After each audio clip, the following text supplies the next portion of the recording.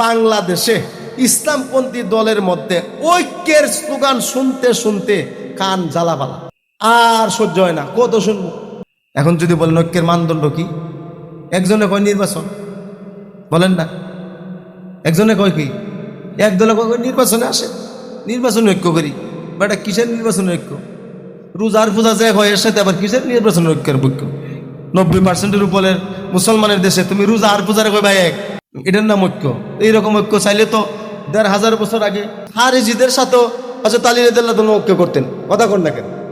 আরে ভাই এরকম ঐক্য চাইলে তো আমরা শিয়াদের সাথে এখন ঐক্য করতে হয়। আপনারা ঐক্যের স্লোগান দিয়েছেন এবং এটার বাস্তবায়ন চান কিসের ভিত্তিতে? ওয়াতাসিমু বিহাবলিল্লাহি জামিআন ওয়া লা তাফাররাকু। এটার অর্থ, ব্যাখ্যা, তাফসীর আপনারা ভালোভাবেই জানেন।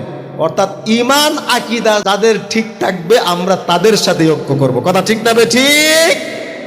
যাদের ঈমান আকীদায় সমস্যা আছে তাদের সাথে কোনোভাবেই কোনো সময় কোনো কম্প্রোমাইজ চলবে, ঐক্য চলবে?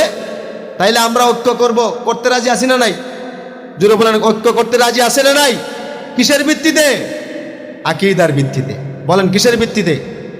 এই দেশে অনেক দলের সাথে আমাদের ঐক্য হবে, কিন্তু যাদের আকীদায় সমস্যা, যারা সাহাবীদের সমালোচনা করে, দেখছেন না, এদের সারেগামা ঠিক নাই, হুশ হারাই ফেলছে।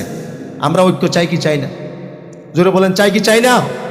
চাই। আমরা ছোটবেলায় দেখছি ছাত্র জীবনে সেই আল্লামা সাহেব কিবলা ফতুল্লাহ রহমতুল্লাহ আলাইহি যখন ঢাকাতে লং মার্চে গেছিলেন, মনে আছেন আপনাদের?